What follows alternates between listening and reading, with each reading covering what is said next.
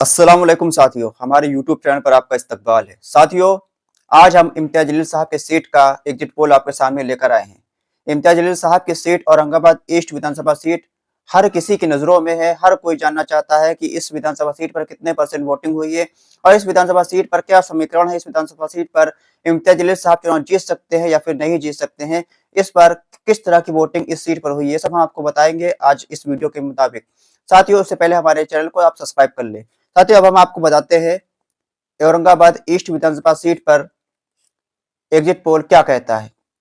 तो साथियों, औरंगाबाद ईस्ट विधानसभा सीट पर लगभग 62% वोटिंग हुई है। इस बार 62% वोटिंग होने का मतलब ये है कि वोटिंग ठीक ठाक हुई है, अच्छी वोटिंग हुई है इस विधानसभा सीट के अंदर। इस विधानसभा सीट के अंदर बात करें तो भाजपा ने अपने मंत्री अतुल सावे को टिकट दिया है, तो वही एआईएमआईएम पार्टी ने अपने प्रदेश अध्यक्ष इम्तियाज जलील को टिकट दिया है। वहीं कांग्रेस पार्टी ने लहू शिवाले को टिकट दिया है और समाजवादी पार्टी ने एमआईएम पार्टी के बागी डॉक्टर गफ्फार कादरी को टिकट दिया है। वहीं वंचित बहुजन आघाड़ी ने इस बार इस सीट पर अफसर खान को टिकट दिया है। तो यहाँ पर मोटा मोटा देखा जाए तो दो हिंदू प्रत्याशी और दो मुस्लिम प्रत्याशी प्रमुख चुनाव लड़ रहे हैं। इसके अलावा भी तकरीबन 29 टोटल प्रत्याशी इस सीट पर चुनाव लड़ रहे हैं, जिसमें से 16 मुस्लिम प्रत्याशी हैं। एक इम्तियाज जलील साहब को मिलाने के बाद 16 मुस्लिम प्रत्याशी इस सीट पर चुनाव लड़ रहे हैं और तकरीबन 12 या 13 हिंदू प्रत्याशी इस सीट पर चुनाव लड़ रहे हैं। अब हम बात करें इस विधानसभा सीट के ऊपर, तो इस विधानसभा सीट पर 62% वोटिंग हुई है और 37% मुस्लिम वोटर्स इस सीट पर मौजूद हैं। कुल 37% मुस्लिम वोट हैं इस सीट के अंदर। इस सीट पर मुसलमानों का वोट ज्यादातर इमाम पार्टी की तरफ गया है, इम्तियाज जलील साहब की तरफ जाता हुआ दिखा है। और कुछ ऐसे वीडियो भी सामने आए हैं जहां पर भाजपा के लोग पैसे बांटते हुए नजर इसमें आए हैं। आज इम्तियाज जलील साहब ने प्रेस कॉन्फ्रेंस कर उनका पर्दाफाश भी किया है, इलेक्शन कमीशन से उनकी शिकायत भी की है और हो सकता है इनके ऊपर कोई इलेक्शन कमीशन इनके ऊपर कोई कार्रवाई भी करे। साथियों, पैसों का खेल खूब चला है। भाजपा के मंत्री हैं, पैसे वाले हैं, पैसों का खेल उन्होंने किया है। इस वजह से कुछ वो वोटों का इधर उधर करने में कामयाब होते हुए नजर आए हैं। अब हम बात करें इस विधानसभा सीट के बारे में, तो इस विधानसभा सीट पर मुसलमानों का वोट ज्यादातर इम्तियाज जलील साहब को गया है। कुछ वोट गफ्फार कादरी, अफसर खान, बाकी मुस्लिम प्रत्याशियों की तरफ भी गया है। वहीं अगर बहुसंख्यक वोटों की बात करें तो बहुसंख्यक वोट ज्यादातर भाजपा के प्रत्याशी अतुल सावे की तरफ गया है। कुछ वोट कांग्रेस के प्रत्याशी लहू शिवाले की तरफ भी गया है और कुछ 100, 500, 200 वोट बाकी के जो हिंदू प्रत्याशी उनकी तरफ भी गया है। साथियों, इस सीट पर मुकाबला बहुत ज्यादा कठिन है, बहुत ज्यादा टफ मुकाबला इस सीट पर माना जा रहा है। इस सीट पर हार जीत का अंतर 2 से 5,000 तक हो सकता है। इस सीट पर भाजपा भी जीत सकती है और एमआईएम पार्टी भी चुनाव जीत सकती है।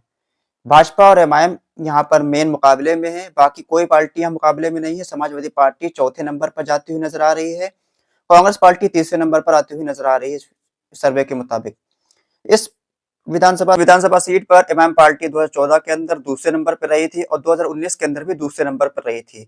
2019 के अंदर 1-to-1 मुकाबला था, एक तरफ भाजपा थी, दूसरी तरफ इमाम पार्टी थी। तो भाजपा को 93,000 वोट मिला था, इमाम पार्टी को 80,000 वोट मिला था। अब वही 5500 वोट समाजवादी पार्टी के मुस्लिम प्रत्याशी को मिला था। ऐसे में यह देखा जा रहा है कि इस बार पिछले बार के मुकाबले जो मुकाबला है वो डायरेक्ट भाजपा और एमआईएम का मुकाबला तो है, लेकिन बाकी प्रत्याशी भी वोट ले रहे हैं। दो 2014 को जो विधानसभा चुनाव इस सीट पर हुआ था, उसमें भाजपा को 64,000 वोट मिला था, एमआईएम को 60,000, कांग्रेस को 21,000। कांग्रेस के हिंदू प्रत्याशी तो उनको 21,000 वोट मिला था। शिवसेना का प्रत्याशी भी यहाँ पे था, उसको 11,000 वोट मिला था। अब बीएसपी के प्रत्याशी को 5300 वोट मिला था इस सीट पर। तो अगर हम आज के मुकाबले 2024 का रिजल्ट हम अगर जोड़ें तो भाजपा है, कांग्रेस है, शिवसेना है नहीं, यहाँ पर शिवसेना को काट दें तो यहाँ पर मोटा मोटा भाजपा 90,000 वोट पर इस सीट के अंदर बैठी हुई है। अब यहाँ पर अगर कांग्रेस पार्टी 15 या 20,000 वोट बहुसंख्यक वोट लेने में कामयाब होती है तो यहाँ पर 80,000 वोट पर आपकी भाजपा आ जाएगी। अगर इम्तियाज जलील साहब को चुनाव जीतना है तो इस सीट पर कम से कम उनको 75 से 80,000 वोट लेना होगा हर हालत में। अगर इम्तियाज जलील साहब इस सीट पर 75 से 80,000 वोट ले लेते हैं तो इस सीट पर इम्तियाज जलील साहब चुनाव जीत सकते हैं, वरना इम्तियाज जलील साहब के लिए बहुत ज्यादा मुश्किल इस सीट पर नजर आ रही है। इम्तियाज जलील साहब इस सीट पर चुनाव हार भी सकते हैं। बात करें डॉक्टर गफ्फार कादरी की, डॉक्टर गफ्फार कादरी को शुरुआत में थोड़ा उठान उनका हुआ था जब मौलाना सज्जाद मलिक साहब ने उनको समर्थन दिया था, लेकिन उसके बाद आवाम को समझ में आ गया कि अगर हम वोट गफ्फार कादरी की तरफ देंगे तो सीधा फायदा भाजपा को होगा, इसलिए मुसलमानों ने एक तरफा इम्तियाज जलील साहब को वोट किया है। हाँ, 2-4-5 हजार वोट गफ्फार कादरी को मिल सकता है, साथ ही साथ अफसर खान जो वंचित के उम्मीदवार उनको भी 2-4 हजार वोट मिल सकता है, बाकी 100-200-500 वोट बाकी मुस्लिम प्रत्याशियों को मिल सकता है। इम्तियाज जलील साहब को 2024 का जो लोकसभा चुनाव हुआ था, उस लोकसभा चुनाव में इस सीट पर 89,000 वोट मिला था। वहीं शिवसेना के उम्मीदवार यहाँ पे थे एकनाथ शिंदे, भाजपा से गठबंधन, उनको 63,000 वोट। शिवसेना उद्धव ठाकरे के प्रत्याशी जिनका कांग्रेस से गठबंधन था, उनको 38,000 वोट, और वंचित बहुजन अघाड़ी अफसर खान को 8,000 वोट मिला था। तो यहाँ पर हमारी पार्टी 89,000 वोट पर है।